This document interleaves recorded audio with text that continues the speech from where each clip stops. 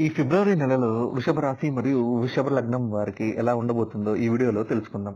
ఈ month first హాఫ్‌లో 4 గ్రహాలు అండ్ సెకండ్ హాఫ్‌లో కుజుడు కూడా యాడ్ అవ్వడంతో కర్మస్థానంలో పంచగ్రహ కూటమి ఏర్పడుతుంది. సో, ఈ మంత్‌లో ప్రొఫెషనల్ కెరీర్ మరి రాజకీయాలలో ఉన్న వారికి, అడ్మినిస్ట్రేషన్ డిపార్ట్మెంట్‌లో అంటే ఐఏఎస్, ఐపీఎస్ క్యాడర్‌లో ఉన్న వారికి ఎక్సలెంట్ టైమ్ అని చెప్పవచ్చు. జాబ్ చేస్తున్న వారికి ప్రమోషన్‌తో పాటు మంచి హైక్ అండ్ బోనస్ రావడం, ఒక్కసారిగా మీ పొజిషన్ చేంజ్ అయ్యేసరికి ఆశ్చర్యపోతారు. రాజకీయాల్లో ఉన్న వారికి మంచి నేమ్ అండ్ ఫేమ్, స్టేటస్ అమాంతంగా పెరగడం జరుగుతుంది.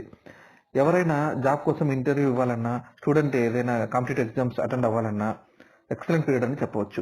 న్యూ బిజినెస్ స్టార్ట్ చేయాలని అనుకునే వాళ్ళకు ఎస్పెషల్లీ ఇంపోర్ట్స్ అండ్ ఎక్స్‌పోర్ట్ ఫీల్డ్‌లో అద్భుతమైన అవకాశం రావడానికి ఆస్కారం ఉంది. ట్రావెల్ చేసేటప్పుడు తగిన జాగ్రత్తలు తీసుకోవడం అవసరము.